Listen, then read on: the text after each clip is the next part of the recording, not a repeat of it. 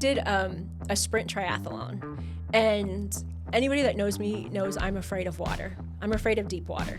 I don't go in anything that's over my head without panicking and having panic attacks.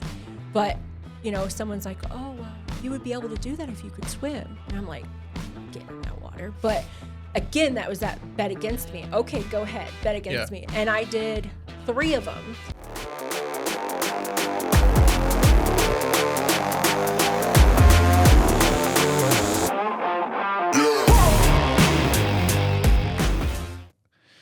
All right, we're here with Carrie Miller. How you doing, Carrie? Good, how are you? I'm doing great. Thanks for joining us.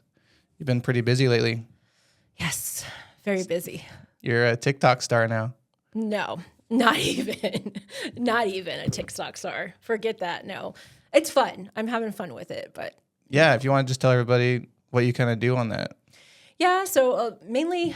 TikTok's just kind of for fun. It's for my mental well-being, really. I mean, I just enjoy doing something, and I always have to be doing something. And school just wasn't cutting it anymore. Like, I was going to school, and then finally I'm like, I need to do something for myself more than just school. And then I was watching TikTok and seeing all these people on TikTok doing makeup reviews and doing makeup, and I'm like, there's no way they do makeup like that. And so I was like, I want to do it from not a makeup artist side. I've never been to school for makeup. I don't know what the heck I'm doing. I'm just doing it. And so I was like, I want to show people what real people do. And so that's kind of how I started it. And then I was seeing people getting free makeup, and my makeup bill was racking up. So it was nice to be able to get some free stuff while doing it. Yeah, I get 2 birds stoned at once. Yeah, I like it. Yeah, it was a lot of fun. It's a lot of fun. Yeah, just to back up there, you said you were doing a lot of school. Yeah. Tell everybody how much school you've done. I know it's quite a lot. Yeah, so, I mean, I started actually in high school. I got my medical assistant license, and then I had to work my way up. I was a teen mom.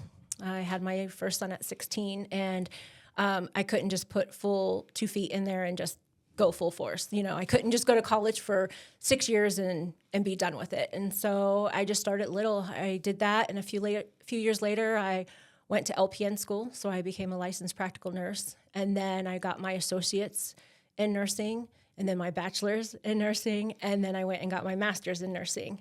And then I went back again and got my master's in healthcare administration. And then I went back again and got my master's in education and health and wellness. So kind of worked my way up there. So 3 master's degrees. I don't know if I'm any smarter, but I have them under my belt. I did learn a lot, but I don't know if I'm any smarter. But and then just through work, I also did like a health coaching class to help with that too. How much cumulative time have you done in school? I don't even know. I know how much money I've spent. I don't know how much time. I don't know. I mean, like I said, I started young and just kind of did a little bit at a time. I would say my master's degree, I did it faster than anybody, they said. A lot of people, I went through the University of Phoenix for my master's in nursing and my master's in healthcare administration. It was a dual program. And with the University of Phoenix, you just go. You take your class, you take another class. There's no break. You have a break like around Christmas time. You get a week or 2 off, but it's not like here where you get a couple weeks off or a couple months off for summer or anything like that. You take it as you can. Like you take the class, and then if you need a break, you tell them I need a break, and you'll start back up. And so I didn't do that. It took me 18 months. And I went full force and got it done in 18 months, that one. And then went back for my my education in health and wellness. And that took, I think that was about the same, about 18 months to do that. But again, it was a constant, 18 months of going to school, no breaks. And this is all while still juggling a full-time job, correct? Yeah. Still I always worked full time going to school. I think for my LPN job, or when I went to LPN school, I didn't work full time, but I was working a part-time job. I had 2 small kids. My husband was in the military. And so, yeah, I've always done it. My ultimate goal was to become a nurse practitioner. That was always my ultimate goal. And that's a master's or a doctorate in nursing. And I seen how much time school takes, and that was like triple of what I've done. And I'm like, I just can't work a full-time job and do that and be away from my family. I'm too old now. I don't want to do it. Yeah. I think I've accomplished enough, Absolutely. Yeah. Yeah, that's amazing. I know that there's a lot of times that we would come over and hang out, Yeah. and you would still be over in your office just working, doing your schooling, and then you would be like trying to get you to go and do something, play cornhole or whatever, and you're grinding away.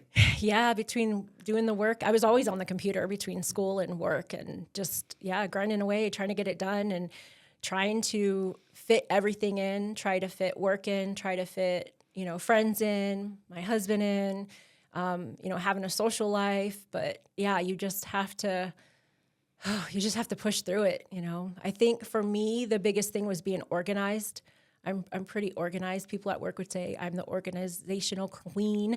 I have to have a calendar. I have to have things broken down. Like even with my TikToks, I have a full calendar of when I'm going to post and what video content I'm going to post. I do that at work too. I have a list of what needs to be done, and just staying organized kept me on top. And with the school, same thing. Hey, I know that on Friday I can write my paper. On Saturday, I'm going to edit it. And Sunday, I'm going to post it. So having that and just that mind frame, just did it. I don't know how, but I did it. Yeah. Yeah, that's I think when you do your calendar and planning ahead and making sure that you're staying on track, it just gives you little goals to make sure that you're hitting your mile points into, especially as busy as you are. Yeah. I think that helped a lot. It helps a lot. I mean, I think it would help with anything, even with you, with your podcasts and stuff, having a plan and knowing who's coming on, when you're going to post it. This is when I'm posting, this is when I'm editing, and this is when I'm releasing it. And so having that calendar, like I have a full calendar with the whole month, and then I have a weekly calendar. So I know each day what I'm going to record and what I'm going to, and then I edit it, and then I know what I'm going to be posting. And so I just make sure that what I'm posting is what is being edited and it's ready to go. I think that really helps out too with your coaching that you do, because you're setting specific goals. And I know that's a big thing when you're coaching people, especially with fitness, is setting specific goals and a timeline and things to actually achieve.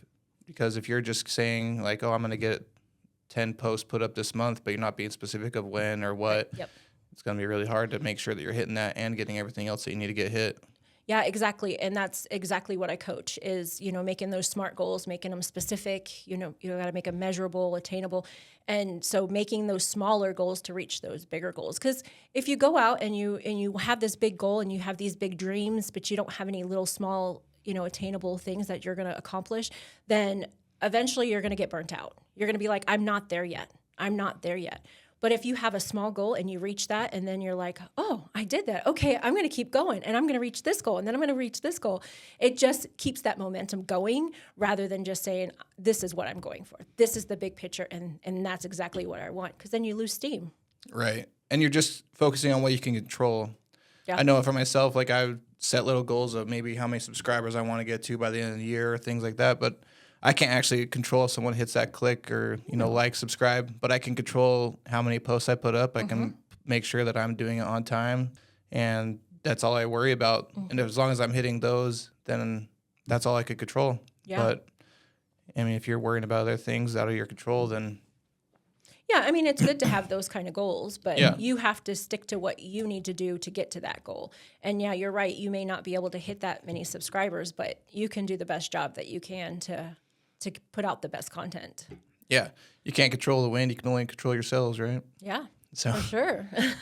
What are some of the lessons you've learned from helping people or coaching? What's some of the best stories that you've had, or can you think of anybody that you've really helped change their life or anything like that? Yeah, I think for me, it's pretty individualized. Like each person's different. Each person has different goals. Each person has different mindset.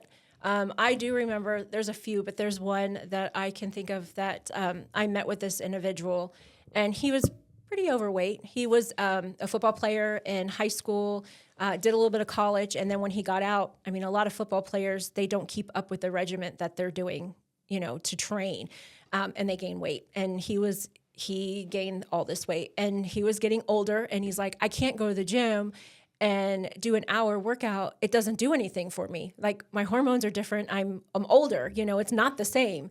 And so I'm like, okay, well, let's talk about this. And so we talked, and I told him, I said, this is what I want you to do. Well, I didn't tell him. We came up with this plan. I want you to write down or track your goals, or track your calories. Sorry. I want you to track your calories for 2 days. I want you to look at what you're consuming for 2 days. And then on our next session, I want to look at those. And he said, yeah, I can do that. I was like, don't cheat. Don't, I want you to count everything. He said, okay. So a week later, I come back and he's like, I can't believe this. I'm like, what? He's like, I stopped tracking. He's like, I stopped tracking the first day. And I'm like, well, why? And he's like, because I had consumed 3,000 calories before lunch. Before lunch. And I was like, well, how did that make you feel? And he's like, I didn't know. Like, I did not know. Yeah. And so it just gave that awareness to him and kind of the momentum. And, he made some small changes. We didn't, but he made some small changes and was able to lose a significant amount of weight. Other things too, adding some fitness into it and, mental wellness in it and as well. But yeah, he was able to achieve that. And so that was a big win for him and for me. It made me feel good that I was able to help him with just a couple tweaks. Sometimes we all know what we all know what we need to do. We know fitness, we know eating correctly, we know what we need to do, but it's just being accountable and doing that. And me being able to coach him, helped him be accountable. I think a lot of times people don't need more education. They need more application. Yeah. They already know what to do. It's just actually following through. Yeah. And back to, I think a lot of people too, they say that they lose, I just want to get back to my high school weight. Right. But I think if you get back down to why they were at the weight that they were at, right. A lot of people had a purpose when they were in high school, whether it's on a team or they're trying to date or anything. Yeah. But I think people lose a purpose and then they just kind of let themselves go. So it's just trying to find your new purpose. Maybe it's your kids. It's you want to live longer for your kids. You want to be an example, whatever it is. Obviously for me, I always refer back to my kids, but whatever your new purpose is, you just have to have some kind of purpose to drive you through those dark times. Yeah. And that's it. And that's what we do a lot of when I do health coaching. I do a lot of motivational interviewing, trying to find out what's their purpose. Why do they want to do this? Why do you want to reach, your high school weight? Is that really realistic? Do you really want to go back to that? And, what is the purpose? Why are you wanting to do this? And really diving deep and using that kind of as a leverage for when we come back to the session and I can say, well, let's talk about your goal. Your goal was this. Now, what are you doing? And your purpose was this. Now, how are you going to reach that? Is what you're doing reaching that, or is it not? And so it's really nice to have kind of use that as a leverage for that. For me, I find it a lot easier to have someone find their purpose, and I think it's got to be an external force. Mm-hmm. Because we've always said, I just want to lose weight so that I feel better, or I want, but how many times have you let yourself down already? Right. But how hard is it to say that you're going to let down your kid or your wife or whoever? And I find a lot of comfort in dark times. So for me, this is pretty dark, but I always tell people and they're like, I don't know what my purpose is. And I say, well, if you're in a car crash and you're about to die and you only have 30 seconds left, who do you want to see? Yeah. Oh, I want to see my kids. You're like, well, there's your purpose. Yeah. Yeah. I don't know. I like the dark stuff, but I think that you got to find it, right? So yeah, you do have to find it. You do. And like you said, everybody's purpose is different. Yours is your kids. Mine is, when I retire, I want to be able to live. I don't want to be in a wheelchair. I don't want to be able to not see. I want to be able to enjoy retirement. I've worked all these years. So my purpose, other than my family, I want to live for my family as well. But my purpose is that I want to be able to live to do things with them when I'm older. Yeah. A lot of times you see people that are retired and now they can't do the things that they were saying, I'm going to do it when I'm older or. Yeah. And that was my mother-in-law. She passed away in her 60s. And she had to retire, or she was disabled because she couldn't see. She had diabetes, and didn't take care of it and couldn't see. So she was legally blind. And all she really wanted to do was go to England, go to Amsterdam, and travel. And she was able to do that, and she couldn't enjoy it because she couldn't walk up the castle stairs. She couldn't see things. And so, I think it was like a year and a half, 2 years, if I'm not mistaken, she died. She passed away. And it's like, you didn't take care of yourself, and now you didn't get to enjoy the things that you wanted to enjoy. So just kind of sad, but that's the reality if you don't take care of yourself. Have you ever heard of the Japanese tradition? It's called the Mogi. Mm-mm.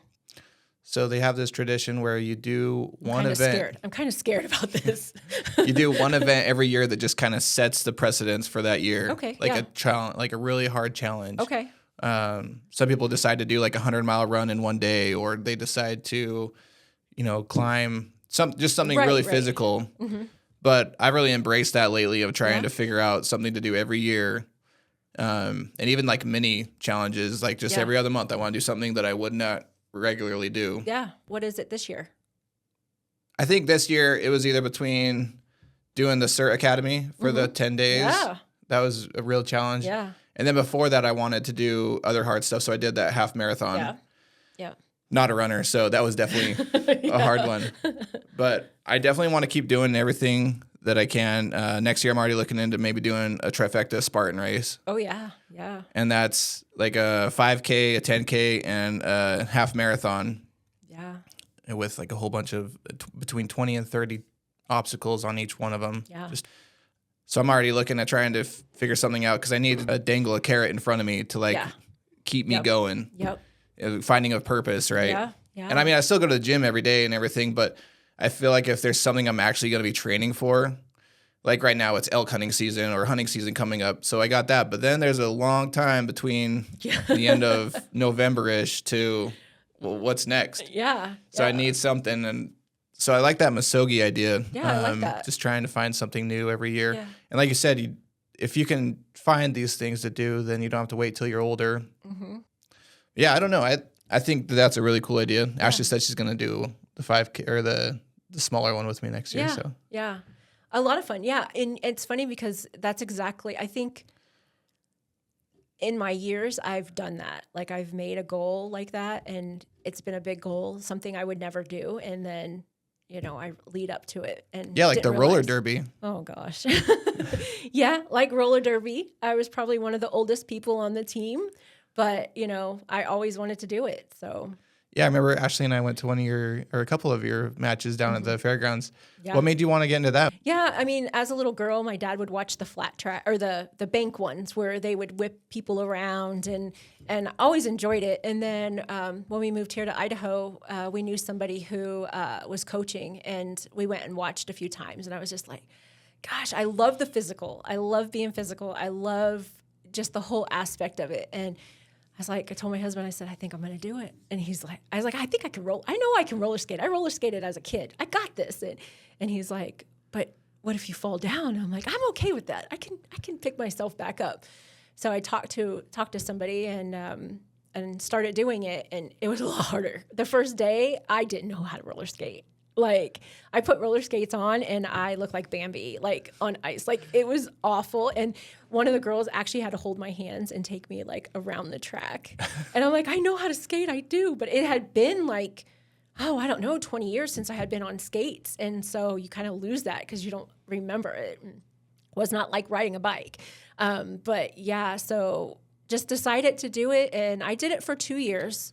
I think a couple things. One, being part of a team helped me with my weight loss and being fit and having that goal, like you were talking about, having that goal and that commitment to somebody else and myself really helped. And it was something I enjoyed doing. So I could kind of wrap all that around and do something fun. Did it for 2 years, and then COVID hit. And my goal was to do it for another year, but they had us sit out, and they sat out for 2 years, I think. And started it back up, I think a year ago is when they started it back up. And my body I'm too old for it. I realized I was too old for it. I wasn't good, but I did it. I was able to do it, done it. Can say I was a roller derby girl for 2 years. So no third year coming up then? No, I thought about it, but I just can't. My my body just won't let me do it. It won't let me do it. I was not getting up as fast as some of those other girls that got hit, and these girls, most of the girls that I skated with were either younger or they were a little bit, not my age, but a little bit older, but they had been doing it for years, like 10, 13 years. And so they were pros. And here I am new in my, well, I'm not going to tell you how old I was, but, close to almost halfway to 50, almost 50. We'll say almost 50. And I was doing it. I was the oldest person on the team, but, I just wasn't getting up fast enough. I mean, I could, but yeah. Do you feel like surrounding yourself with better people made you get better? Yeah, I think so. I think it was just more of that team aspect. You don't want to let anybody down on a team. And so that's what kind of pushed me to do well or try to do well. I mean, I was out at the schools around their little track or whatever, skating and trying to do jumps and, trying to go faster. And so, we had practice, 2 long practices a week and a scrimmage. So 3 days a week I was doing 2, 3 plus, training days and then game day. And then on my own, I was doing it too. So I think just not wanting to let your team down really was the big aspect of it. How long of a learning curve did it take you to get back into the swing of roller skating? By the end of the first practice, I was skating Oh, you're again. back. Yeah, I Yeah. just had to relearn. I mean, I wasn't 100%, and it was actually probably worse that I did know how to skate at one time, because in roller derby, it's a different kind of skate. It's hard to explain, but the momentum of the way you skate, you have to do it a different way than what we would skate, and I had the bad habits of skating already, and so it was hard to get into like the better habits for roller derby. Yeah, you had to unlearn the ones first and I then learn the new couldn't. ones. I tried. It was hard. I had to unlearn those bad habits before I could move forward, and it was a struggle. Was that around the same time we were doing cornhole and everything too? Yeah, it was the same time we were doing cornhole. I think during COVID, like more at the end of the roller derby is when I was really going more into the cornhole. Oh, Community. okay. You needed something else? Mm-hmm. Yeah. Yeah, I think I was doing roller derby. I remember doing roller derby, and then, my husband was doing my husband was doing cornhole, and I would just watch, and then I started getting into roller derby, and then I remember going to roller derby practice and then going to watch him play, and then COVID hit, and I was like, what am I going to do? So I started playing for a little while. Again, Yeah. I wasn't good at it, but I did it. I remember you used to say like, "Oh, he's playing cornhole again," and then you started getting like irritated, and then you started beating him. Yeah. Well, You're like, "Well, I just gotta, yeah." I gotta practice and get better than him. But it was just it was hard because his cornhole days were mainly on different days that were on the different days than I did roller derby. So I was Right. gone on Tuesdays, Thursdays, Sundays, and cornhole for him was Monday night, Wednesday night, Saturday Thursday nights night too, or right? Saturday. Yeah. Yeah. I mean, he could go The warehouse. 7 days a week. Yeah. They have it 7 days a week. You could Plus practice always- at barbecues and Yeah, and yeah. outside. And it was during COVID, so then you're not really doing anything. You can't. No. All the stores are shut down, so Yeah, give Yeah. us something. We were throwing cornhole in the house, like Yeah. over the couch, and luckily we had the 26-foot distance, but Yeah. you had to throw over the couch to get to it, and so. But it was a lot of fun. We kind of got out of it. Haven't played as much. Yeah. I don't actually remember the last time I threw a bag, to be honest. I remember you and I got paired up a couple times. We got banned because we went like undefeated in the Well, we the little, or not the little league, but like the amateur league. Yeah. And they're like, We were- all right, you guys can't play in this anymore. yeah, they were like, no, because we were like the backyard people. We played Yeah. with that, the non-competitive people, and we whooped their butts, and it was Right. like, oh, yeah, you guys can't play anymore. Well, we're not that good, but we're Yeah. not that bad. Yeah. And that's kind of where I was at and having a hard time too, because Yeah. you're kind of in that. Well, if I play here, I'm not going to do good, but if I play here, I'm going to do great. But people are going to get mad at you. So Have you always had like a competitive spirit? I think so. I'm stubborn and pretty competitive. I think that's what drove me through school. too, to accomplish what I wanted to accomplish because, you know, I said I was a teen mom and I was told that I would never amount to anything, like not from my family or anything, but friends.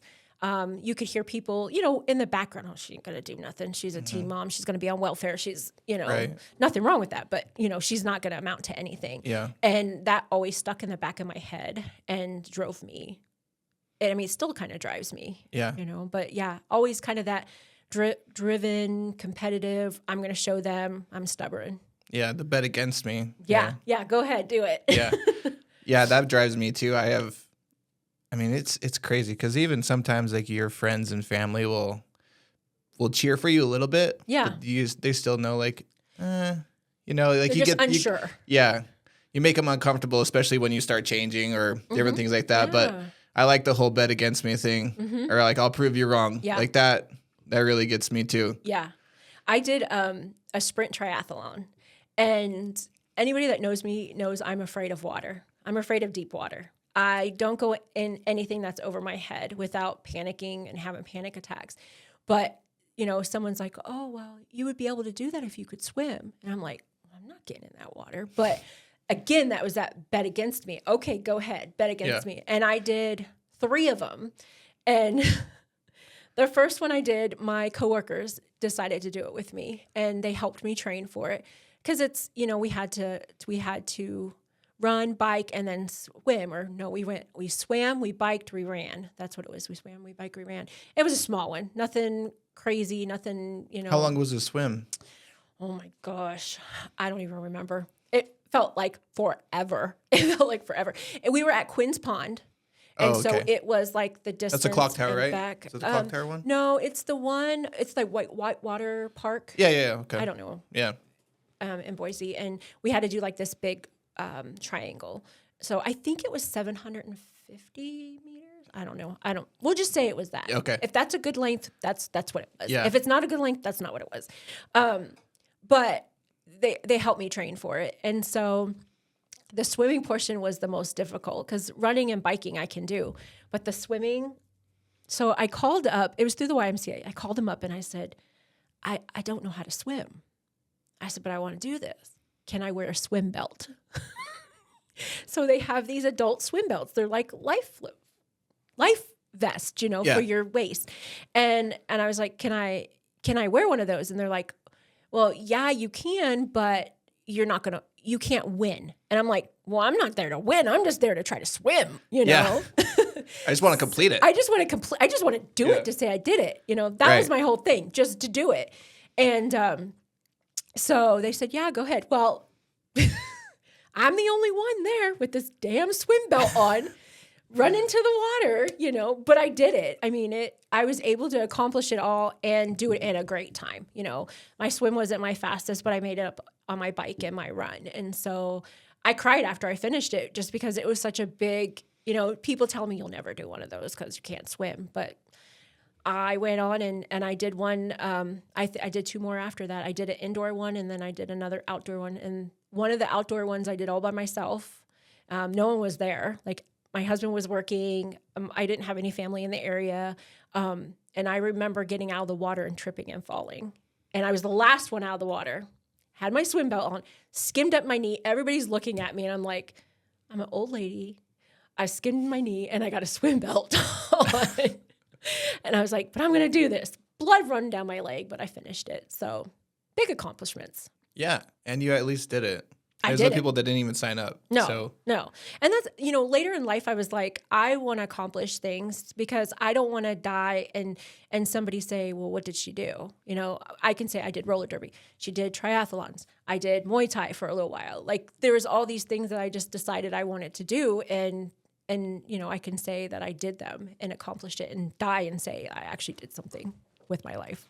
Yeah, that's so great. I think that one of the best things I've heard within the last year is if you think the price of success is too high, wait till you get the bill for regret. Yeah. So many people that wish they could have done different things, but like you're never going to regret doing that. You'd regret it now if you never did it, though. Yeah. I mean, and I made a fool of myself. I felt like I made a fool of myself, but I did it. And I don't regret making a fool of myself. I would have regret not doing it. But yeah, definitely.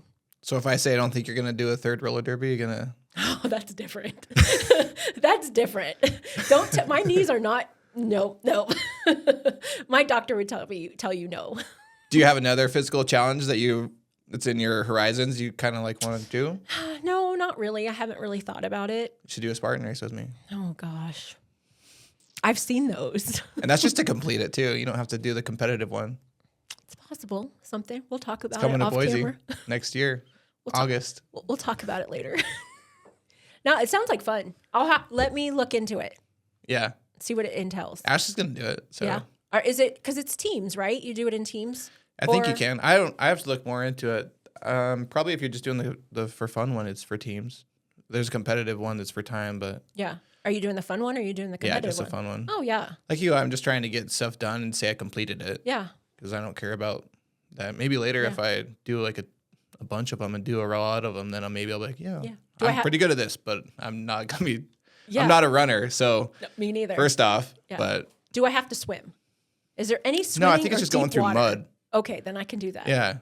I can do that. And then if you can't do an obstacle course, I think, or just one of the things, you have to do burpees or something. Oh, yeah. If you don't want to do it. But yeah, like if it's too difficult, like if my knees won't hold up. Yeah. I would do it. All right. August 9th and 10th, I think. Okay.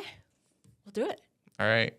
On a separate note, I did want to thank you for all the help that you've helped my wife and I and my son with, like getting into the different programs and everything. Like it's been huge to have a support with you. Like I didn't feel like crazy. I did anything though.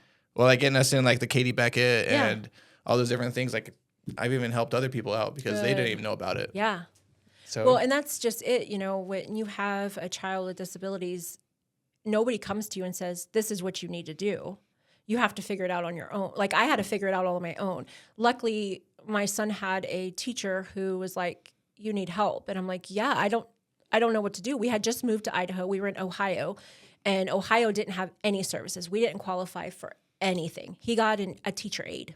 That was all he got, was a one-on-one aide at school. And we moved here, and she's like, and I'm like, I can't afford all this. I can't afford all this. Yeah, I make decent money, but it's expensive to have a child with a disability. And she's like, well, go check this out. And then I just kind of learned on my own and researched, but nobody came and said, oh, you have a child with disabilities. This is what you need to do. So that's good that you were able to help others. Yeah, it's been huge. I know Wyatt's got so much help. I mean, he's in something pretty much 5 days a week now. Yeah. But like, and Ashley's a trooper. She goes to all of them, and luckily she can work from home and be able to still take him. But yeah, just to be able to get that support. And like, I remember I came over to your house and you're telling me all about the programs, and then we looked into it. They got us all set up. That's great. Yeah. And luckily, we caught it early enough that we could get into it as early as possible. Yeah. But yeah.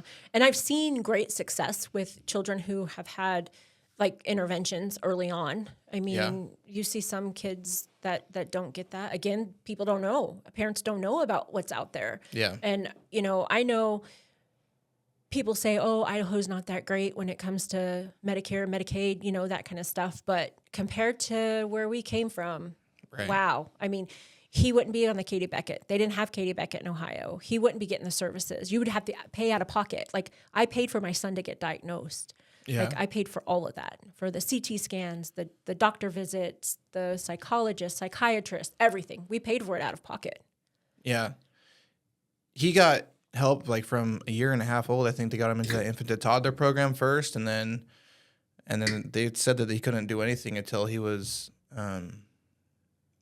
like 3 years old is when they legally, or I don't know if it's legally or if it's just they said they can't do anything until they're that old. Well, I think like learning, like I think that's when they can start working with them. I don't know if that makes sense, but I think 3 is like that learning curve where they know they'll retain it and they'll, I don't know. Yeah, I remember we were in Snowbird, and my stepmom's a psychologist, and she's kind of been around this, and she's like pulling us aside. She's like just asking us questions, and was like really nice about it, but she's like, I think you might want to get him checked. Yeah. And it was kind of weird because I think there is also a little bit of denial that Ashley and I were in. Like, Oh, yeah. no, he's just a little slow learner, Yeah. you know? Yeah. And I don't know, it's my only son too, so I was like kind of scared of everything. And man, It's kind of that pride thing. As a man, I think. I mean, you always, it's that son. I want my son to be able to do this and do that with me. And I mean, he's still going to be able to do those things with you. Oh, but yeah. it's at the time, it's like, yeah, it's kind of not a letdown, but it's a hard hit. It's like a punch to the gut when you find out your kid has a disability. Yeah. I was really scared. I've talked about it a couple times on here, but like, I didn't want to have any more kids after that because then I started doing all the research and like it came from like the paternal side and usually it's handed down. So I was like, man, if I, and I'm naturally like an edgy person, really quick to jump. Later in life, things have opened up for me and I'm like, well, I'm pretty sure that's why God gave me what I needed. Someone referred to life as like a gym and God gives certain people more weight on their plate than because he knows you can handle it.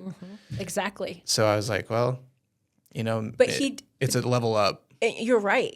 And I feel like for me, it was the same thing because he knew that I would be able to help others and that I would learn and then be able to help others. I mean, I don't know like how much I've helped others, but I can give them the tools and have the education and the knowledge to be able to pass that on to somebody else. And learning the skills of being patient and understanding and it's big. And you're just starting. Yeah. You're just starting. I know.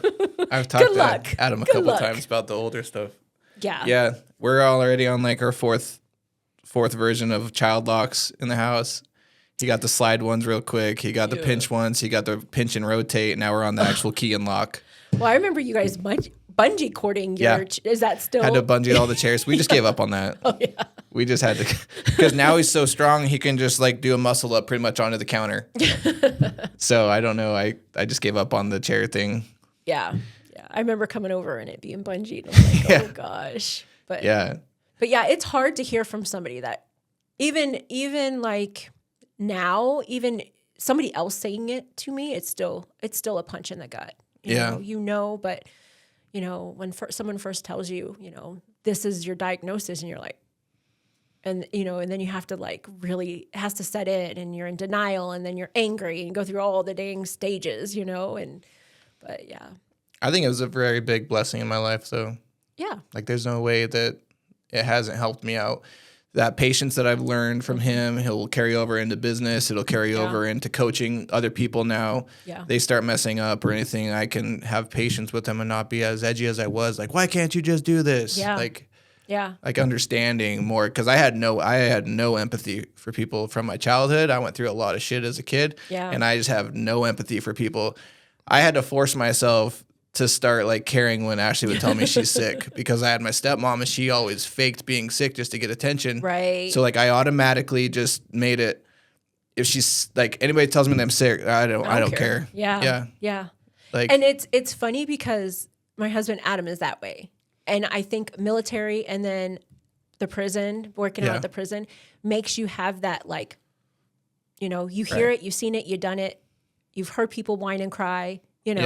And then you come home and then you have someone, like our sons who need that empathy or need that help. Thank goodness for me because patience. Whew. Yeah. Sometimes I got to take the long way home just so I can try and decompress. Yeah. I'll sit in the driveway for like 20 minutes and just kids will come out to me and they're like, you coming inside? I'm like, yeah, I'm coming. Yeah. Just give me. Yeah. Well, and that's, kind of tying the fitness into that, that is a way for you to cope and put all your energy into your business and fitness and doing what's right. And that's kind of that outlet, I think, for you. That's my educated guess. Yeah, I would agree with that. I'm definitely a different person if I don't start my day out with a workout. Mm-hmm. Yeah. I feel like I'm a lot more edgy. I'm stressed. And also now I feel like I'm a piece of shit. Like I didn't get up and do what I needed to do, Like I've got to that point where it's a built-in habit. Yeah. And it's like not brushing your teeth now. You're like, oh, this feels gross. Disgusting. Yeah. So I think it's a good spot once you can get to that point. Yeah. But it's also it's not fair to my kids and my wife to have to deal with me as an asshole. Yeah. When I'm or like, your friends. Yeah. Yeah. It's weird though, because she won't let me do any cutting or fasting. She's like, you're an ass. Don't not eat. No. Yeah. Yeah. You get hangry. Yeah. Yeah. For sure. No. But I think fitness is huge for me and my personal growth. It's taught me a lot of different things like delayed gratification and just putting in the work, not seeing results, but just trusting the process. Yeah. And I think you can make a lot of different correlations to different things in life that the gym can teach you. Yeah. I think setting goals. Yeah, setting goals. I think for me, mental wellness. Yeah. I wish somebody would have told me about the mental clarity for the gym rather than you're going to get shredded, you're going to get bulk, you're going to get those muscles. No, I have legit worked through a lot more mental things, just me versus me, looking myself in the mirror, talking to myself. Yeah. There's nobody at the gym at 3 o'clock in the morning, so that's awesome. But I've legitimately just had some minor breakdowns in the gym, just things that just trigger in the back of my head that I don't even think about. Now, I don't know what it is working out, just opens up these neural pathways or something. It does. It releases endorphins. So, people with depression and, mental illnesses and working out is number one. It should be number one because of what it does with your mind and with the endorphins and the neural pathways. It just helps tremendously. But it's hard to tell somebody who's in a depression or not mentally clear to say, oh, you got to work out. This is what you need to do and you'll feel better. That's hard to do for some people, but man, yeah, that working out. From a medical perspective, do you get frustrated when you see people just prescribed antidepressants first thing? I think no. And I'm going to tell you why, because I'll admit I have depression. It was first diagnosed as seasonal depression. So in the wintertime, I would just be a bitch and cry all the time for no reason. And I knew working out would help. I don't think working out is the key for everything and for everyone. I think everybody's a little bit different. I think it helps. I think it's a big contributor when you have when something mentally is wrong, but I feel like it's okay to be on medication for it, if that makes sense. Because if you can get the help, then maybe that's going to push you to be able to work out more or push you to be able to get out of the house or push you to be a happier person. You don't have to always be like that. And so I would do my medication, and then in the summertime I would go off of it, where it's actually led to where I have to be on it all the time. It doesn't matter if it's sunny outside, if it's, dark outside, it doesn't matter. If I don't have it, then yeah, I'm crying all the time, or I'm just a bitch. Do you think it's any different between men and women? No. I think I still got to work on my empathy then. Yeah. Because I always just feel like I think you do. I think you do. Only because you have that perspective. I think because you're a man, and maybe not, but I think you have that perspective of, I did it, you can do it. Or let me rephrase that. I think you have the perspective that I sacrificed and you should too. I don't know if that makes sense. Yeah. But everybody has their own journey. Yeah. Right. And that's where that empathy comes in, to where it's like, okay, I've got to give this person grace because they're not me. Yeah. My journey's different. My purpose is different than Joe, Right. But yeah, I feel like the depression, it goes both ways for men and women. I feel like men are harder to admit to it. Yeah. I think anybody. You don't want, it's hard for you to come out and say, oh, I have depression, I'm on medication. A lot of people, I'm okay. I'm an open book. I don't care telling people. But a lot of times it's not portrayed that it's okay for you to say, I have a mental illness, I have depression. Yeah. I have to be on medication. But for me, it's that balance. I have to have the medication, but without that medication, then I can't exercise, and the exercise helps as well. So it kind of goes hand in hand. What's your view on it? as a non-medical person. Yeah. I feel like depression is a first world problem. Yeah. Because I feel like at the end of the day, like you still have responsibilities that you have to do. If you're in like a third world country, like they have a lot worse stuff than us. Yeah. And they still get stuff done. And so from my perspective, it's just like there's people that are in a whole lot worse scenarios than us that still get shit done. Yeah. Maybe it's not maybe they still have depression, but they don't let excuses get in the way. Right. So I think excuses is like my bigger pet peeve with people. Yeah. They're like, or especially when people like tell me like I don't have time. I'm like, well, yeah. I think the excuses. Yeah. I'm gonna say for depression that I'm gonna ask you if you don't want to answer. Do you have depression, or have you ever been diagnosed with depression or anything like that? Like that you know of? So when I was a kid, I don't know if you know my whole backstory of like I know a little bit. Long story short, I have a stepmom that like told me how I had to act towards people, like really like hateful to people and everything. If I didn't, I get punished. Would get be and not eat. I couldn't eat, whatever. Anyway, so like, I would act these really mean ways to people and everything. And so my dad and them took me to the doctor and they put me on depression meds. And I was like, I don't have depression, but they'd seen the different behavior issues that were like they're trying to solve problems for X and it's like Q that's controlling X. Right. So like you're trying to control the wrong problem. So Yeah. I was on like Zoloft and Wellbutrin and all those things growing up. And I was like, this doesn't do anything for me. Like, Right. and I'm just getting drugged for nothing. Yeah. Right. Yeah. So I might have a skewed version. Yeah. The skewed view. I think you kind of do. And I'm going to tell you. Yeah. I think you do because it's that not everybody has the knowledge. I'm not saying you're stupid or anything, but unless you have it, it's hard to explain it if you don't have it. So for me, my husband would come to me and say, why are you crying? Like, you have a great job. I've given you this. You have this. There's nothing wrong in your life. Your life, I'm not going to say perfect, but it's great. What am I doing wrong? And I'm like, it has nothing to do with that. It has nothing to do with that. I have no reason why. There's no reason that's saying you have to cry. Like, there's nothing bad in my life. It's just a feeling that you get and you can't control it. And so when you say like a third world, like they have it worse, yeah, but they make it through, but they may not have depression. Yeah. And so those people that do have depression, it's not because of the way their life is. It's because of how they're feeling. It's a feeling. It's a chemical imbalance, and it's a medical chemical imbalance, and it's nothing that you can control. And so the medication and the exercise really help balance everything out to where you don't have that depression. So yeah, he would come to me and it's like, I don't know what to do for you. You're crying or you're being a bitch. I don't know. And I can't explain it. I just don't feel good. Yeah. I don't feel good. And it's not your fault, because he'd be like, well, what did I do? I don't know what to do to help you. And now he recognizes it to where he can say, are you taking your medication?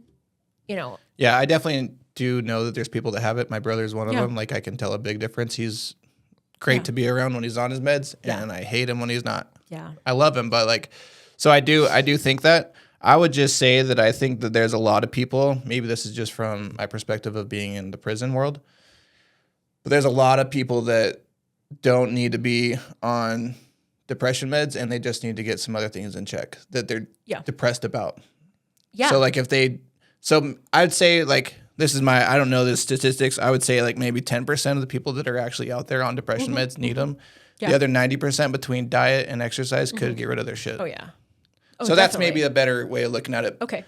Yeah. But I definitely have family that would be crazy without meds. So yeah, like legit, I get that. I just don't have empathy for the people that don't try. Right. And I understand that. Or they just use it as a cop out. Like, I'm depressed. Like, what are you trying to do for it? It's like. Exactly. I think, again, number one, the medication really helped me out.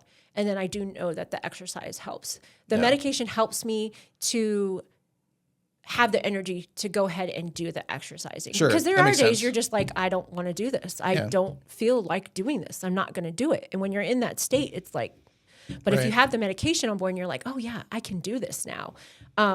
and some people, like I said, I tried to go off of it and it just did not. Yeah. It wasn't healthy for me. I'm better off just taking it. And, I tried both. I tried to go off it. I tried with it, and I tried just the exercising. But for me, it was both. I need both. Right. But you're right. Everybody's different. Different. Everybody handles it differently. And you're right. Diet and exercise is a big key for anything.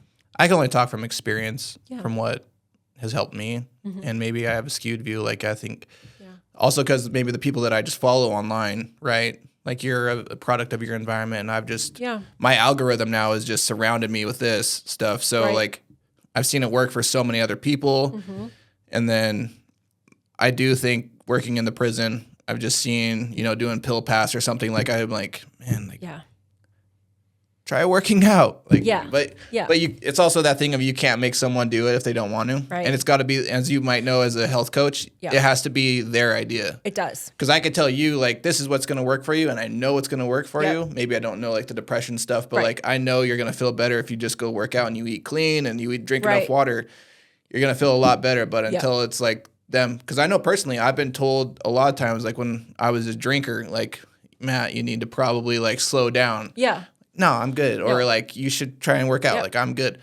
But like, once I decided that I needed to slow down and then I needed to start working out, everything changed. But it had to be my idea. Yep. Even the thing that we were talking about earlier about like chasing too many things and not just focusing on one. Like, my mentor last year told me that. He's like, Matt, you need to like pick one thing. Like, you should probably get rid of selling stuff on eBay. You should probably get rid of that. And I'm like, I can't. Like, this is how I'm making money. And he's like, you chase two rabbits, you're not going to catch either one. Right. But until I came up with it on my own, something that's already been told to me, like, it's not going to work. No. And I think that's where, for me, with the health coaching, it's the motivational interviewing that I use, because it's helping that person come up with a conclusion, but pushing them and coaching them. Like, how come, or why not? How come you're not working out? What's getting in the way? And then them saying, oh, okay, what's the solution? Well, I think I could walk at least 10 minutes when I get home. Or I think I could put the gym clothes in my car and just not go home after work. I can go to the gym. And so it's them coming up with it, and you're not, but you're secretly putting it in their head. Right. Like, you're secretly trying to get them to that. Planting those little strings for them to pull. Yep. Yeah. That's exactly what I do is. Have you ever read The Coaching Habit? It's a really good book about that. It's a short read, but it's like pretty much just motivational interviewing and getting them to come up with their own solutions. So check it out. Yeah. Yeah. I've done a lot of training with it. And I feel like all medical professionals should do it, should do some kind of motivational interviewing training. I think leaders should too. Yes. Oh, yeah. Yeah, definitely. Because it just really clears the pathway, and Do you have a lot of experience with leadership? Have you been on like leads for your teams or anything? Yeah, there's so our team is really, really small, and I'm the only nurse in the department. We have a PRN nurse that comes and helps us every once in a while, but I'm the nurse in the department, and so I'm the one that's training new people. I'm the one that's kind of leading things. I have different projects that I'm working on, or that have worked on, that I lead. We developed a prediabetes program. We developed a mental health program. And then I've developed a blood pressure program. So I've had to do like leads on those and be in that position where it's like, okay, you need to do this. I need you to do this. And here's the deadlines.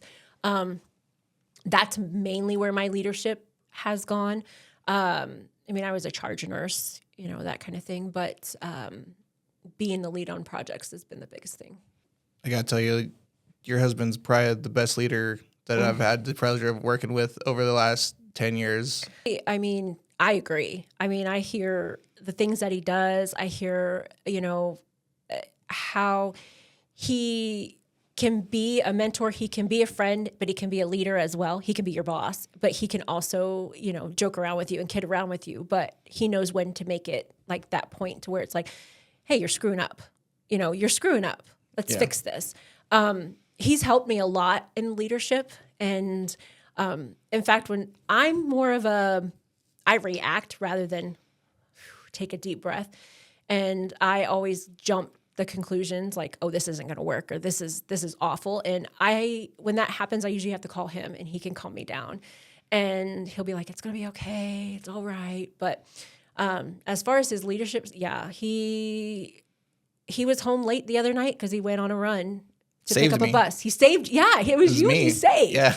He calls me, Carrie, I'm not going to be home till late. Why? Yeah, it's like 8 o'clock at night. 8 o'clock at night. And he was at work. I mean, you guys too, but he was at work at 5:30, up at 4 and at work at 5:30, and it's 8 o'clock. And then he has to turn around and come back, but he didn't have to do that. But, he stepped in and did that. And I think even the little rewards that he does sometimes, the little gift cards here and there. I mean, the Dutch Bros cards, all that. Yeah.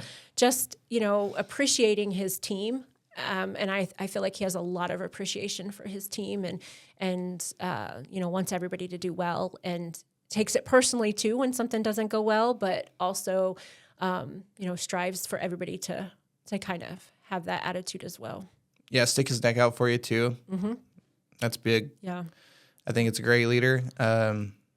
You think the military experience helped him out with that? I think so. I mean, he started as a peon and then, worked into a leadership position.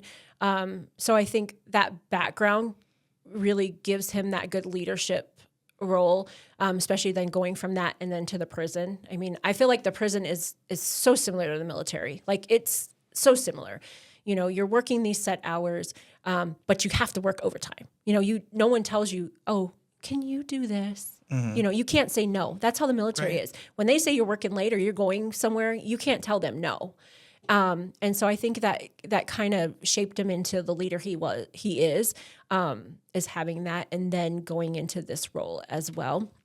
I think, my honest opinion, I think just about any leader should go in the military to start. I mean, seriously. I mean, it structures you. The structure alone, it just really helps with that skill. And he started from the bottom. He's, like I said, he started from a peon and worked his way up, in the military. And then same thing with at the prison. He was an officer and then corporal and sergeant. But I think he would do well in even higher, but that's just not a goal for him. So he's doing great. He's great. Well, I'm glad, because all the pumpkin rolls I make, all the salads I make, can you start sending high protein snacks in, please? Sure. Could you send me which ones you want, and I'll make them for you? Yeah. I'm like, oh, Carrie, come on. I'm trying to diet. Every time. We're trying to be health coaches here too, guys. Come on. I know. I a little treat here and there is okay. Yeah. But yeah, every time I make something, he's like, oh, I always think about you. I'm like, oh, I bet you Sid will would like this. Yeah. Well, no. You got to do what you got to do. But I think him and I together work well because, I know that he likes to provide you guys with treats and stuff like that. And then I just know, every couple of weeks, I just got to get something for you guys. And, he takes the credit for it, but I know deep down inside you guys know. Oh, he always gives you the credit. He doesn't take credit. Oh, I don't know about that. Hey, guys, I made you some pumpkin rolls. Yeah, we all know who made them. Yeah. Hey, I made a salad the other day. There was a salad that got brought in the day before, Tuesday. Big salad. Lots of veggies in it. Yeah, I mean, the whole idea of this whole podcast, though, is just a lot of people might see the success that you have and stuff, and I just don't think a lot of people will understand where you come from. Yeah. And I think it's been huge to be able to be a part of your life the last few years. I'm blessed to be able to have you in my life. What are some of the challenges that you think that people should know about that you've had to go through over the years, like some adversities that you've had to overcome? Yeah.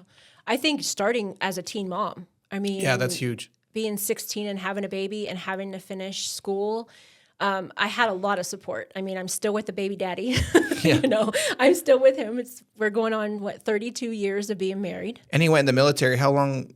So you were alone then? Yeah. So I had our son my junior year, in the middle of our junior year, and he was with me. He was a senior. And so we had him in November, December, January, February, March, April, May. So about 6 months he was with us, and then he went in the military. So my whole senior year was me alone. Granted, I had a lot of support from my parents. They helped tremendously, but I wanted support from them, but it was me. I'm not going to say it was a mistake, but I made that choice. It was my responsibility, and I didn't want them ownership to of it. I took ownership of it. Granted, I had to have their help with financially, and I would. My day consisted of going to bed at 1:00 at night and getting up at 4 a.m. for my whole senior year. Because I would have to get up. I would have to get myself ready, my son ready to take him to daycare. And then I would go to school. And then I didn't work at that time, but I came home and then I had homework to do. I had stuff to get ready for him. And so I would study after he went to bed and do all my homework. And, so from 1 to 4 is when I slept. And there were times where he didn't want to sleep at that time. And, my dad would step in. I remember him coming and getting my son one night. He was watching hockey and he's like, Carrie, let me take him. I'm like, no, I got it, Dad. I got it. And he's like, no, it's okay. You get some sleep. Took him downstairs and I was able to get a few hours of sleep, but my son loves hockey to this day, just saying. But having that support really helped. But I wanted to do it myself. And so my whole senior year I was without Adam. And then the day after graduation, I moved out. We packed up and he had been stationed in Texas. And so we moved out to Texas. So being a single mom, kind of, being a teen mom, and going to high school all at the same time, you're not supposed to do that, right? You're not supposed to be a parent in high school. And so, but I was able to accomplish, the things I wanted to. I was told, like we were saying before, I was told that, I wouldn't amount to anything. I mean, I had big dreams. I had big dreams of going to Penn State and becoming a nurse practitioner, and I was going to, do that right out of high school, and I wasn't able to. I derailed my dreams, but I was able to get there. So for me, I may not have empathy for people who say they can't do it, because I feel like you can make a way to do it. There's a way to do it, and I did it, and so that was probably one of the biggest things. Going through nursing school was tough, was really tough, especially when I went to RN school. I was working 3 12-hour shifts, so I would work Friday, Saturday, Sunday. I would get off Monday morning, go home and change, drive 45 minutes to school, and then be at school all day, and then be home at 4 o'clock in the evening, and then have all my studying. And I had 2 small kids at home. And so how do you be a mom, a wife, go to school, and work full time? So having to juggle that all around really helped, throughout my life, I think. Because again, if you can juggle all that, then you can accomplish what you want. So I think those probably are the biggest. What was the question? Oh, just what's some things that people haven't seen that you've had to go through, And yeah.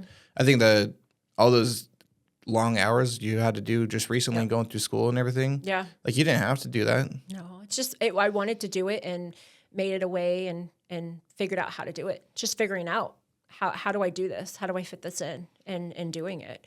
But yeah, it was, there's been a lot of challenges being, husband in the military and small kids, and then a kid with a disability. My son was diagnosed at 4. And so, so now I have that and a son with a disability. So I think that was a big kick in the stomach too, is that, and had to get him through school. That was the roughest. Our school system sucks. I'm not going to lie. Our school system sucks for kids with disabilities.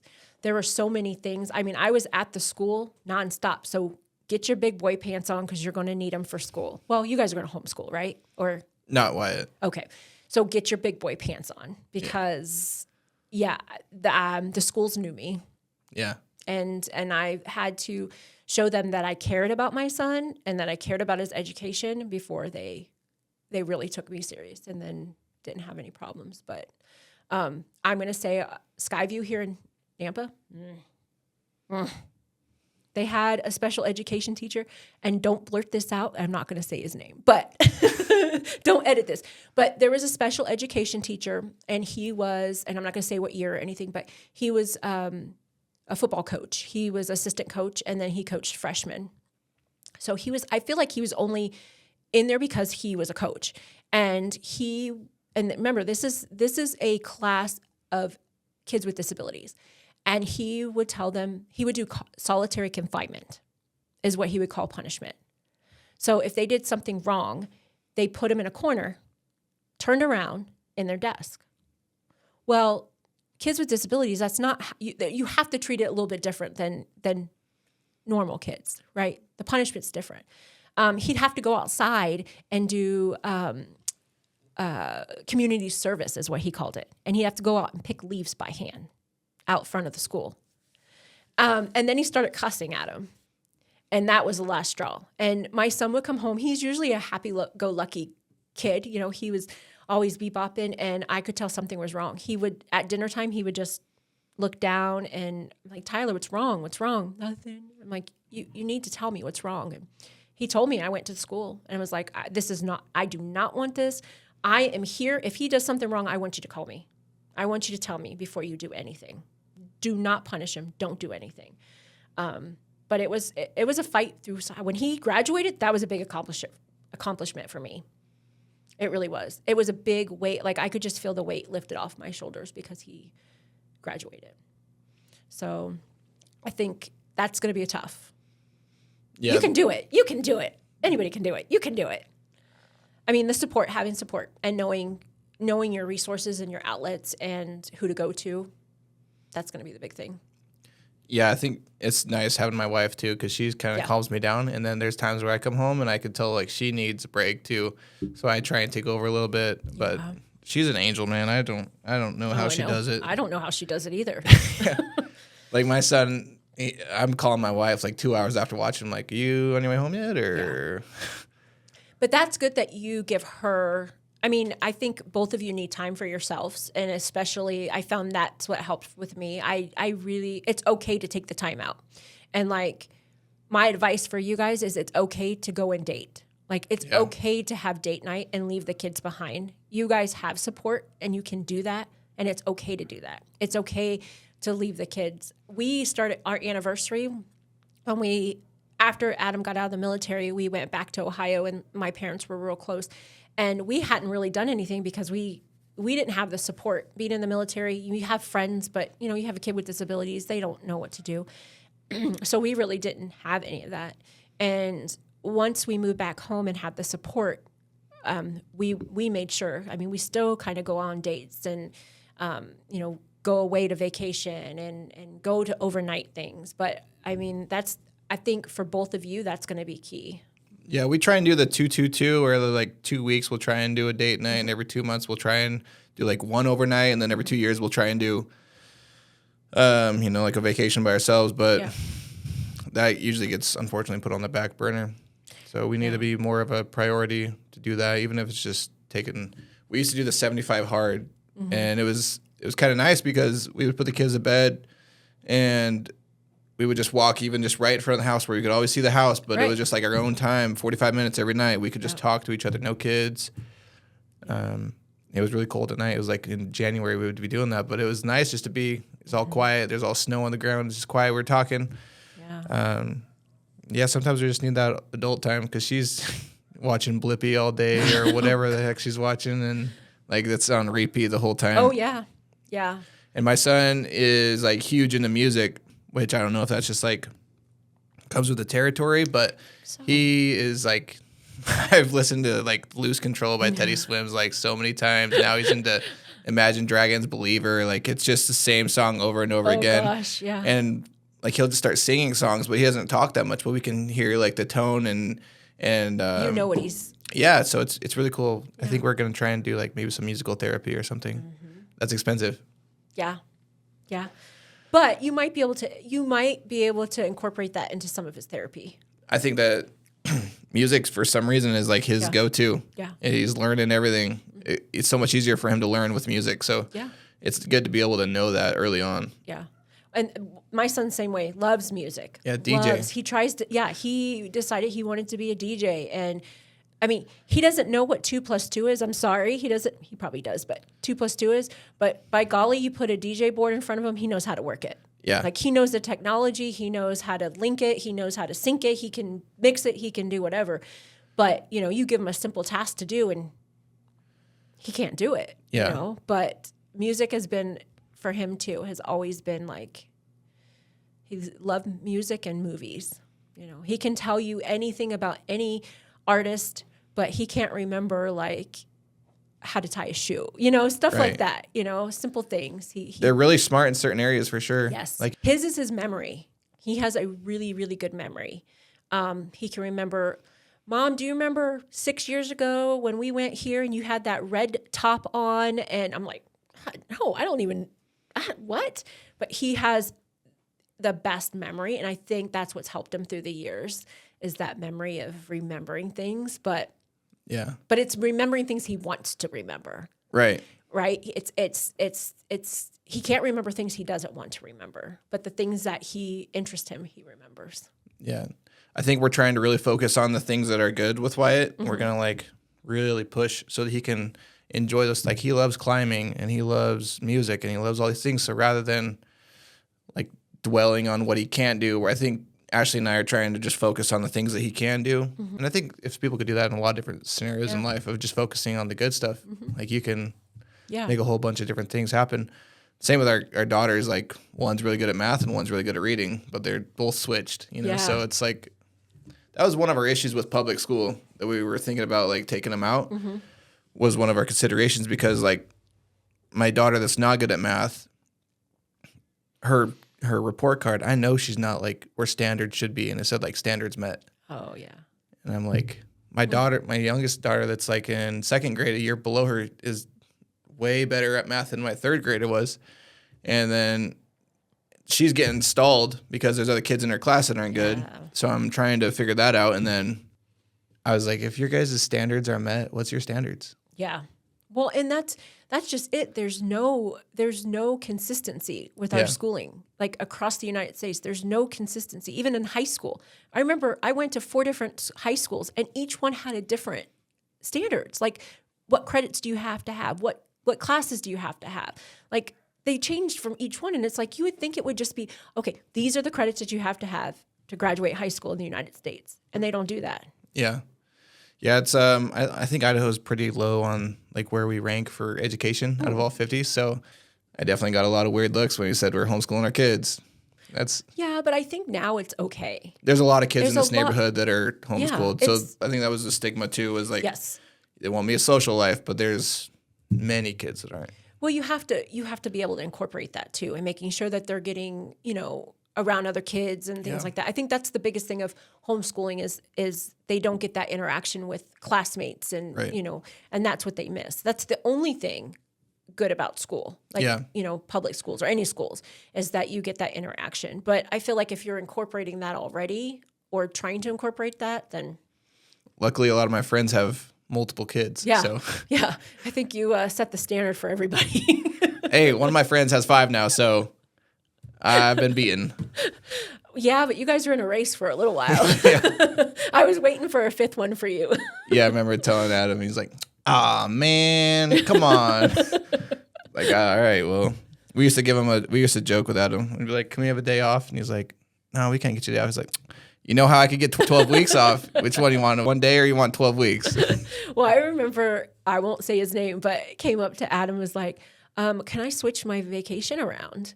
And he's like, I want to take it earlier. And I was like, he knew because we had ran into his wife. Yeah. And he's like, do you think it has something to do with maybe your wife is due around the time you're supposed to take vacation and you'll be on baby leave then already?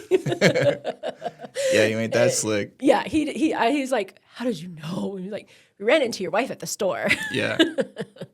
So what do you think the future holds for you? What's some goals you're working on now? Oh, man, just to get through life. Retire right now. That's the goals. Probably to do this darn Spartan thing with you in August. I hope so. Oh, man. Hey, it's a challenge, right? Yeah. No, I think I've got to figure, it's time to, I've went off the bandwagon of really focusing on myself, per se, other than TikTok. And how to fit everything. We recently moved my parents in with us. So we've got them living with us. So I'm trying to figure out how to balance everything again, and I've been able to do it before, figure it out. And so right now for me, that's the biggest goal is how to figure everything out, like balance everything, work, parenting, having parents at the house, because it's been a challenge. What's your advice to people that are trying to get that balance in their life? I think just making yourself a priority. It's okay for you to be number one.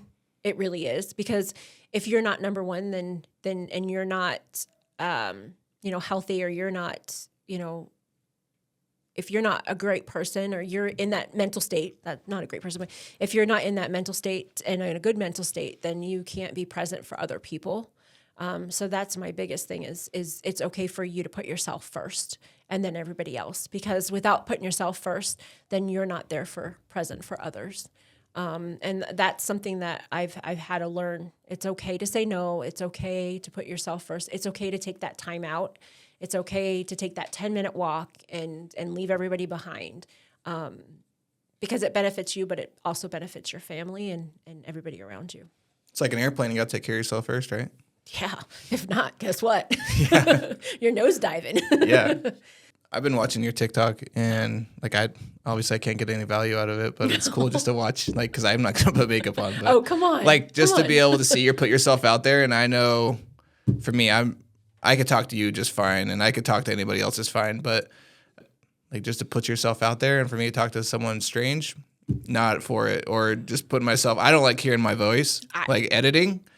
Gosh, it sucks. It gets easier. Yeah, it's it's like anything, putting in the reps, right? Yeah.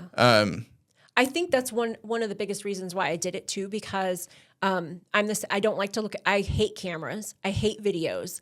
Believe it or not, I hate videotaping myself. I hate seeing myself on camera. I hate hearing myself. And I would have to do it for work. We did podcasts at work. We did videos at work. And it was like I got so nervous and would turn beet red and sweat and then just be real uptight. And then I would start like blah, blah, blah, blah, talking really fast. And doing the TikTok has actually helped with doing podcasts at work. Getting in front of a camera, I don't care anymore. I mean, it's to the point where it's like, if you don't like it, I don't care. I really don't. I do it for myself, not for someone to, to care. So it's really helped me be able to branch out a little bit more and be more out there. So yeah, I think it will help you too. What was your feedback when you first started from a bunch of people? It's funny because when I first started doing TikTok, it started with me saying, oh, I would like to do this, and talking to some of my coworkers. And I would do videos for them of like unboxing of makeup or unboxing. So I would just make them TikTok videos and then send it to them. And they're like, you should do it. You should do it. And I'm like, nah, because I don't want that negative feedback. And I'm not really good in front of a camera. And I don't want to watch myself. And then just like one day it was just like, I'm just going to do it and see. And I've not had any really rude people, thank goodness. I mean, there are a lot of nasty people out there. And I think you just have to have a tough shoulder and be like, well, I don't see you doing this. Yeah. I don't see you doing this. Why are you criticizing the way that I'm doing? I'm not saying I'm a pro. Yeah. I'm just here to have fun and show you some of the makeup I like. And so I think the thing with social media is you just have to have that tough skin. Right. And you won't find a hater that's doing better than you. So yeah. Yeah, that's been a thing for me too, is I try and just like go into what I'm afraid of, right? So being on camera for me I hate it, but yeah. Well, that's like, when you asked me to do podcasts, I was like, oh yeah, I can do a podcast. Yeah. And then I watched your first one and it was video, and I'm like, do you know how many times I changed my clothes today and put makeup on today? Because I knew I was going to be on camera. I was like, he didn't say nothing about camera. He just said podcast. Podcast is not camera. I know when I started doing like all the research I'm trying to do for podcasts and everything, I have to make sure to put in video because automatically podcast is just a listening thing. Yeah. So like to me, I don't know, like maybe it's just Joe Rogan days and everything, like everything. I just automatically assume the podcaster, you watch it, but I don't know. Have you ever heard that story of the cow and the buffalo? Tell me. It's I don't know, maybe I think it's a metaphor maybe, but so like in the middle of a storm, cows and buffaloes will act differently. A group of cows will run for miles trying to avoid the storm, and eventually the storm still catches up with them. They have to go through the storm and everything. Where a herd of buffaloes will run right into the storm, weather it real quick, and it's done. So either way, the storm's going to catch up with you. It's just how long do you want to tire yourself out trying to run from something that's going to catch up with you anyway? Right. So I kind of try and take that into like public speaking. It scares me, or just talking to people. But I'm never going to get to my high goals that I want if I can't talk to people. I mean, communication is the number one thing that you need to be able to do to get to anywhere high in the world. Or, you know, I set big goals. Like people make fun of me, but I'm like, I want to be a millionaire by the time I turn 40. So like, if I want to do that and make these big things, then start learning how to talk to people. Yeah. Well, and for you, just your journey, you know, being able to tell people like, you know, the drinking, the food, you know, just where you've come, and being like a motivational person. And so you can't do that if you aren't ready to put yourself out there and try. Yeah. And so you've got a good story to tell, and you can't tell it if you're hidden. Right. I know you were my drinking partner. I look at some of our pictures from back, even like holiday parties. I'm like, man, I can't believe I got crazy and dancing like that at a public liquid courage, I guess, right? Or drinking out of a shoe. Flip flop. Yeah. Yeah, I did a lot of crazy stuff. Yeah. And you know what's funny is people always said like, you have a drinking problem. And I didn't see it until I stopped drinking. And I was like, oh, man. Yeah. I remember working at Dick's part-time, and I was drinking on the floor in a Yeti cup. Oh, gosh. Like, just seeing what I could get away with. Or I thought that once you hit dirt road, like, real rules don't apply. So we're just, like, pouring drinks and, you know. Yeah. Well, and you don't, we see, like, alcoholism as someone who can't function and can't go through life, right? And that's not the truth. There's different forms of alcoholism. And so if you're drinking at work, that's a problem, right? Yeah. And recognizing that. So, you know, it's to show that, you know, it's not just that typical stereotype alcoholism. Yeah. I remember one time, like, it's bad to think about now, but Ashley and I were on our way home from a party one time, and we didn't have the kids. We had a babysitter, so that's a caveat for the story. But I was like, Ashley, we're both like probably above the limit. I'm going to lose my job, though, if we get pulled over. You won't. So, like, how fucked up is that, though, that I'm just going to willing for my wife? I mean, we only had to drive like a straight line, like a couple miles, but still, like looking back, I'm like, man, how selfish was that? Yeah. And especially now, like, I probably could have just gotten Uber. It was like only 4 or 5 years ago, but still, like, Uber's around. But just all the stupid things that I did when I was drinking. Yeah. I've said so much messed up stuff to Ashley when I was drinking. And I look back and I'm like, oh, man, like, what an angel to still be with me, for one.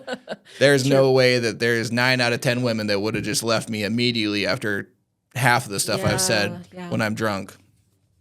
And I had to start doing an audit, like, how many times did Ashley and I get in fights when we're drunk? Or like, what is the main cause? Yeah. And I was like, well, there's one common denominator. So if you don't change something, nothing's going to change. So I was like, oh, well, that's it. Well, and I remember you just starting with like it was like a month. You were doing 30-day. Yeah, because you guys came over for the Super Bowl. Yeah. And I didn't drink during the Super Bowl. And then, was it Super Bowl or was it? Yeah, because it was when Snoop Dogg and all that came. Or no, I was drunk there in that one. Yeah, we had gin and juice that day. No, it was when Snoop Dogg was on the Super Bowl. No, we did go to we did go to the Snoop Dogg Holidays Ablaze or whatever. Yeah, it was like right after that. That was before. That was in December because it was right before Christmas. Yeah. Because it was supposed to be a Christmas show. Yeah. Okay, it was Super Bowl. Because you were like, we were all like, how are you going to get through Super Bowl without drinking? You're like, I'm going to. Yeah. And then I had a couple of drinks in March, and then I got really hammered at Topgolf for my birthday. Oh, yeah. You guys came to that, right? Yeah. Yeah. I have a hard time remembering who was always there because it was a rough day. But that was like one of the last times I drank. Yeah. But it's been a good change. I don't miss it too much. Yeah. Except for it was hard at the beginning, like during golf. That was about the only time. But yeah. Well, it's hard when other people, like, that's kind of what people know you as. Yeah. Right? Like, we can count on Sidwell's going to come over. We're going to have fun, that kind of thing.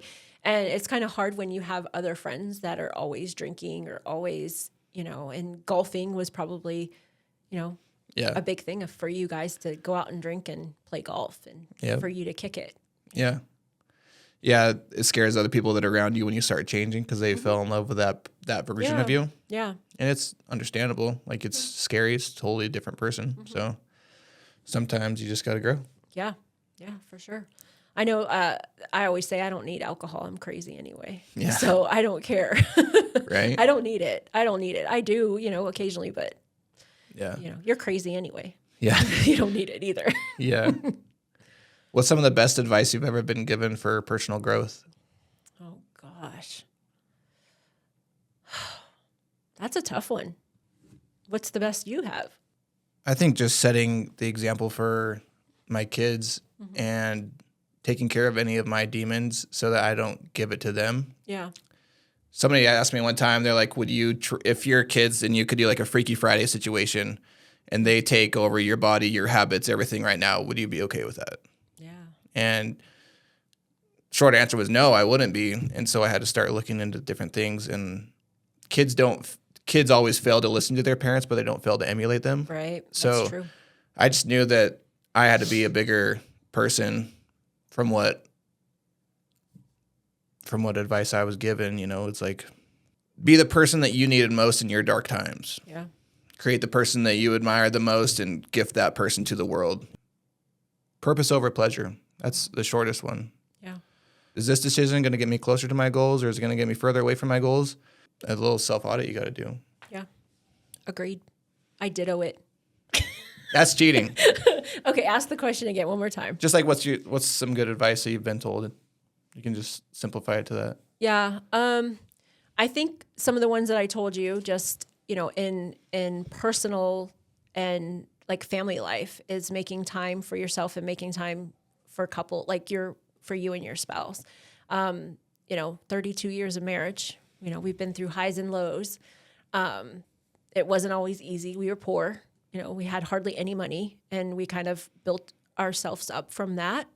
Kind of where you're at, where we wanted to be able to be good role models for our kids and show like, yeah, I did go to school. I did do this. I did accomplish this. Wanting them to be proud of us as well. But making sure that, for marriage wise, making sure that you're taking the time out for yourself. So definitely do those date nights. And then again, putting yourself number one. It's okay to put yourself number one. I think that's probably the biggest advice that I've gotten, that it's okay to say no. It's okay for you to be number one, because without that, you're not going to be the support for everybody else. I like it. Yeah. Where's a good place for everybody to follow you at? On TikTok? Do you know your handle? Yeah. Oh. It's Carrie Miller 2. Caremill 2. We'll put it in the screen for them. Oh, great. Lots of makeup, skincare advice. Hey, guys can do skincare too. I'm just saying. Yeah? You might have to do some skincare. Yeah? Do I need it? Let me tell you. Okay? So if you look good on the outside too, it includes your face. Wow. So yes, you want to be fit, you want to look good, but you got to feel confident. And putting some makeup on every once in a while is going to make you feel confident. That's a hard pass. Just kidding. But seriously, men can do skincare too. Yeah. You don't want wrinkles in your 40s and 50s. Right. So wash your face good. No, it checks out. Moisturize. Yeah. It checks out. I'll pass on the makeup, but maybe the other stuff, I don't know. Yeah. Well, thanks for coming on. I appreciate your time.